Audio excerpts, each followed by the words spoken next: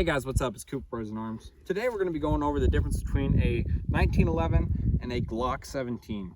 Now these are two totally different pistols, pretty much from top to bottom. There's not one thing alike about them, and they're the topic of a lot of controversy in the shooting world.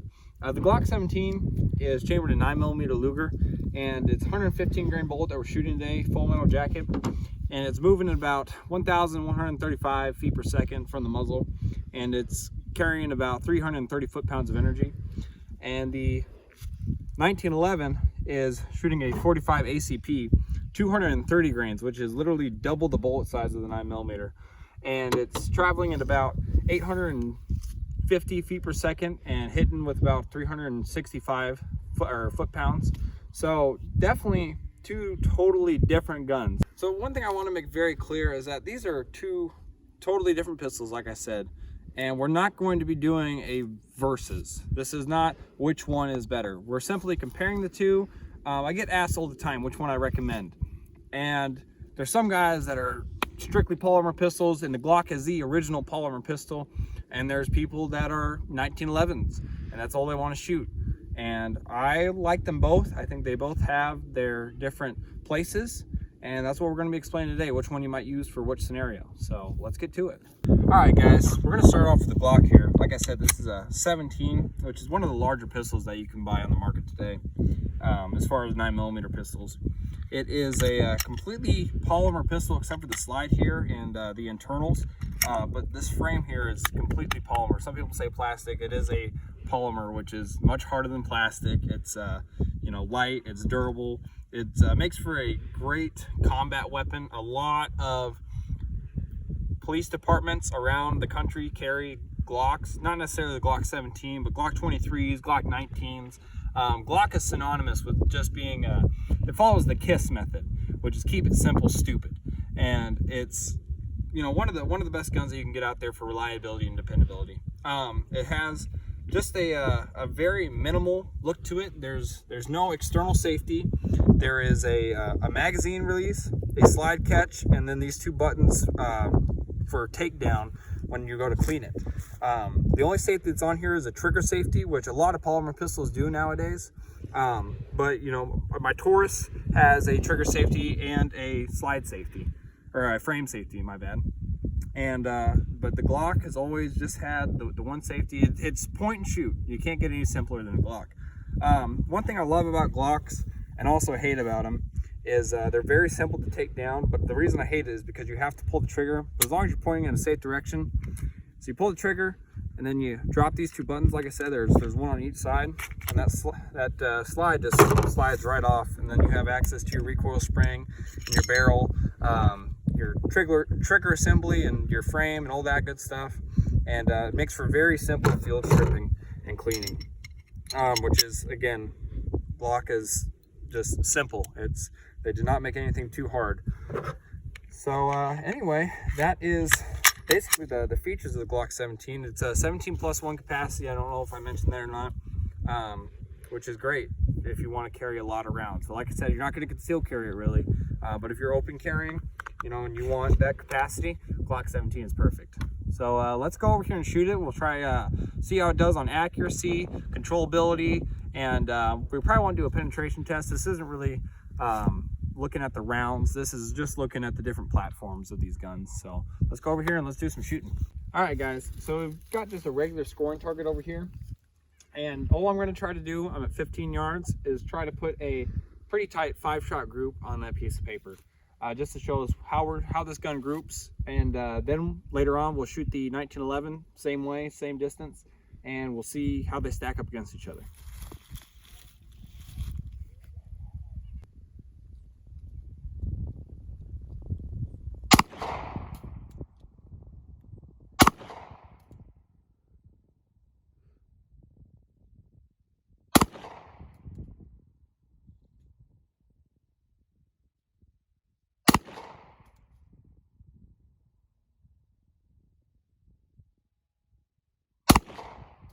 All right guys, so definitely no bullseyes here, but that's not really what I'm looking for anyway. Just seeing how the gun groups here is what I wanted to see. And that's a fairly tight group for 15 yards.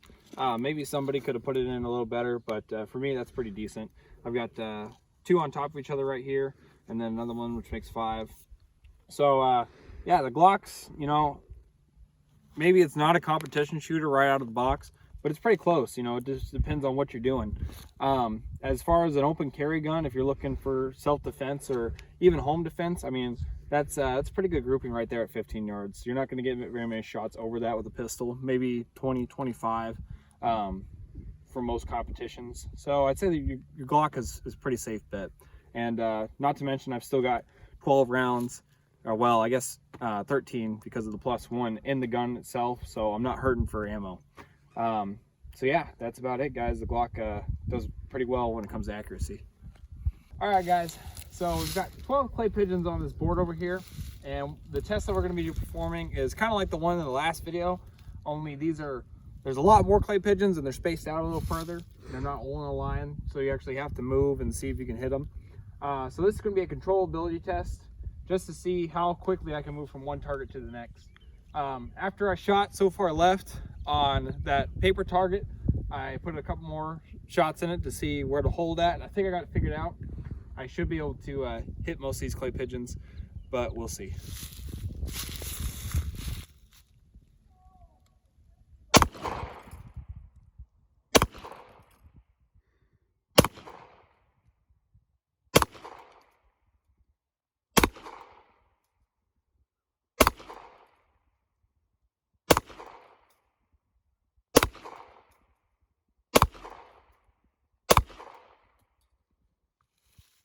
All right, so that wasn't really fair because some of the clay pigeons took out their other clay pigeons, kind of a kamikaze style attack.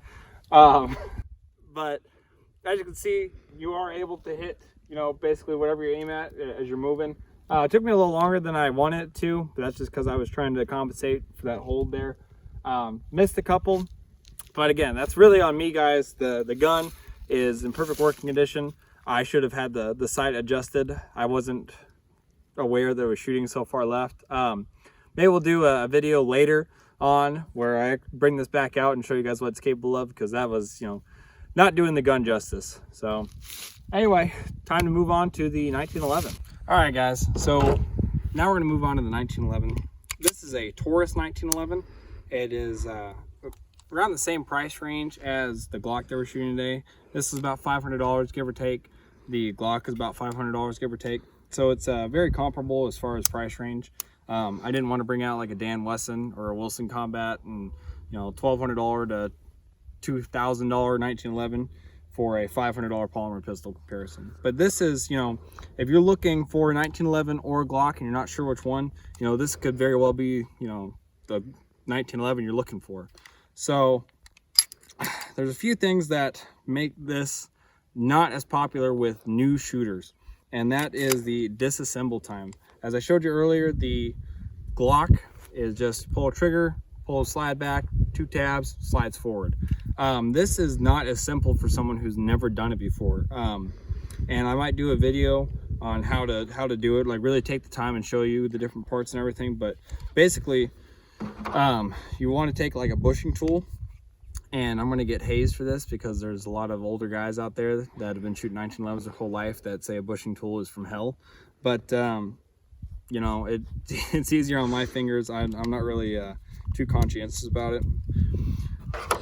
Take out that recoil spring, and then there's a half moon that you got to line up. Take this out, and then this all slides apart. It's not too bad if you've done it before, if you've had someone to show you how to do it. But for a new shooter that hasn't had experience with firearms before, that's going to be pretty intimidating.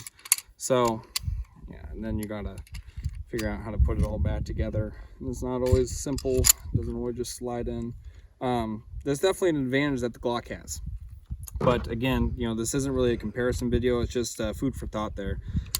If you're looking for a gun that you want it to just be keep it simple, stupid, Glock is definitely the one that's going to help you with that. And you know, like I said, it's not too bad once you figure out how to do this. It's just figuring out how to do it. And there you go. You know, you've just successfully disassembled and reassembled it, at least field stripped it. And that's, you know, a 1911 is supposed to be, you know, this was a combat gun for decades upon decades. It's the 1911 because it was adopted by the military in 1911, and I'm pretty sure it stayed until like the 1980s when Beretta finally took over. Don't quote me on that, you know, I'm not exactly sure, but I think that's right. So it's got a lot more safety features than the Glock does. As you see, we've got you know, an actual ambidextrous safety here on the frame, and it's got a beaver tail safety first off right here. This trigger will not go bang unless this is fully depressed. And if the hammer is forward, which is why I put the hammer forward, that trigger is not going to go bang unless the hammer is backwards. So right there, that's not going forward. So once you do that, then you have a positive impact. So we're going to do, you know, the same test that we did with the Glock to show you the shootability and everything of it. But, you know, this is a good gun. I'm not bashing 1911s. I love them, but I also love Glocks. I love polymer pistols. And I think they're, you know, there's different needs for them in different places. This is an 8+1 capacity magazine for a flush fitting. They sell bigger ones and they sell smaller ones. I've got a 7 rounder right here in my back pocket, and it'll fit this gun just fine. It just doesn't have that little extension. It is a true flush fitting magazine. But you know, it's a great gun, and let's go shoot it and we'll show you guys firsthand. All right guys, same drill as last time. We've got just a scoring target up here. I'm going to put 5 rounds in the tightest group that I can. And again, we're not really looking for a bullseye. We're just looking for a grouping. Because as long as you're hitting consistently, you can figure out where to hold. And you can adjust your sights later on. But right now, we're just going to see how tight I can lay these 45s down there.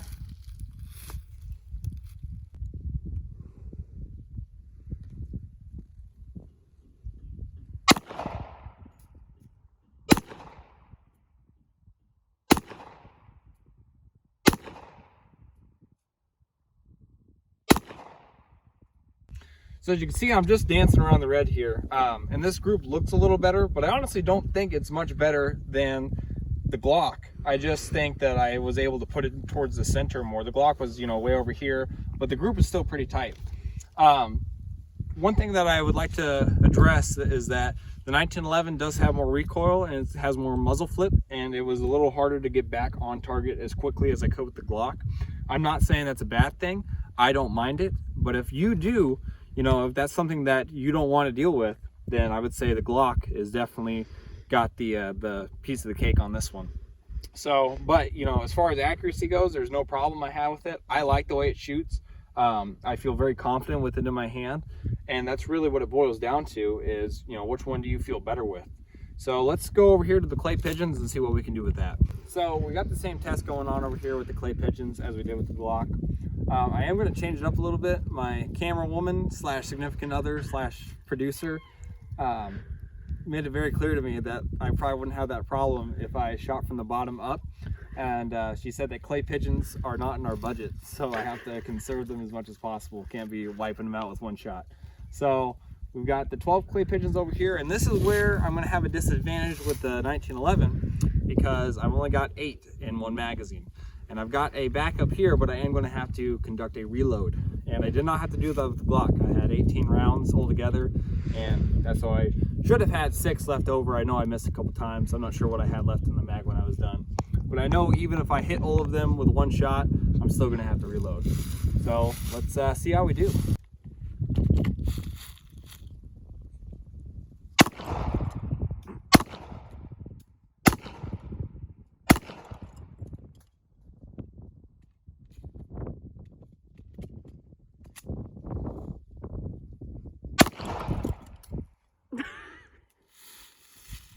So we might have to redo our target setup here, but as you can see, you know, I was able to move back and forth through the targets. Kind of my bad there. I forgot to reload the magazine after shooting at that target, so I only had like 3 or 4 rounds, or I guess I had 4 rounds, and you know, I thought I had 8, so that reload came a little quicker than I thought it would. But all of them were dead, you know, and that's really what matters. All those clay pigeons are gone. You know, they were scared of the 1911 so much that most of them just jumped off the board and fell to their death. But anyway, guys, we're gonna go back to the table and talk about them a little bit more. and that'll be the end of the video. All right, guys, so I felt like I cheated you on that last one. So I set them up in a little bit different configuration, and hopefully they won't fall when I hit one. We'll have to see. This is a test round. You guys are seeing it at the same time I'm seeing it. So we'll see what we can do. But if they don't fall down, you'll be able to see that the 1911 is a very accurate and very the ability to handle. It's got a handability. It's very shootable.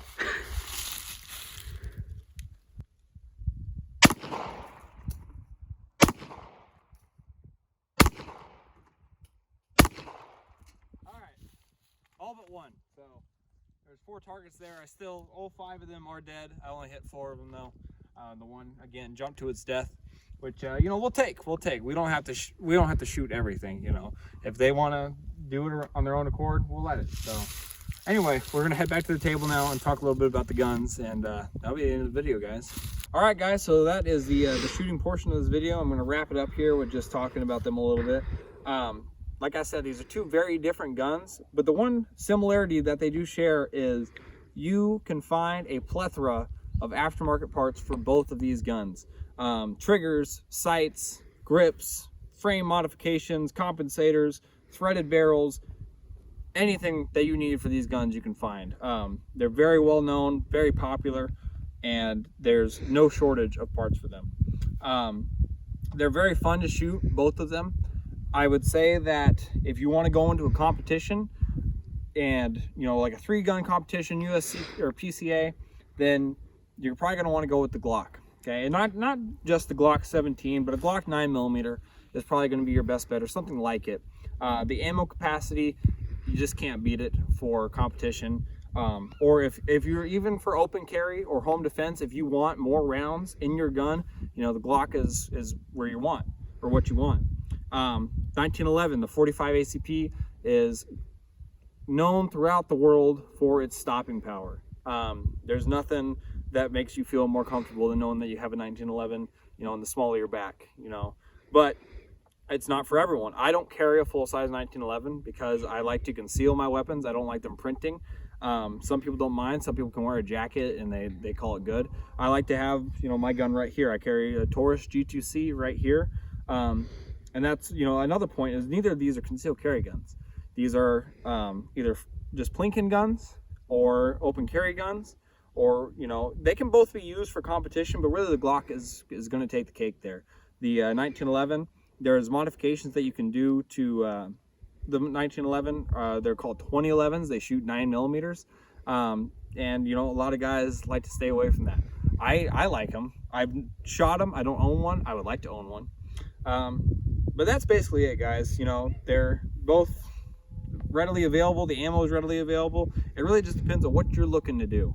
And that's, you know, all I can say is it's just up to preference. You know, you've seen how they both perform. I've kind of talked about them a little bit, and now it's up to you to make that decision. Thanks for watching the video. Want to make sure that you like, comment, subscribe, or whatever you want to do. I don't own you. It's your decision. But your support definitely helps, and we appreciate it. And if there's anything that you want to see that we don't have already, drop something in the comments, and we'll try to accommodate. But other than that, you guys have a great day. Check back in with us next time.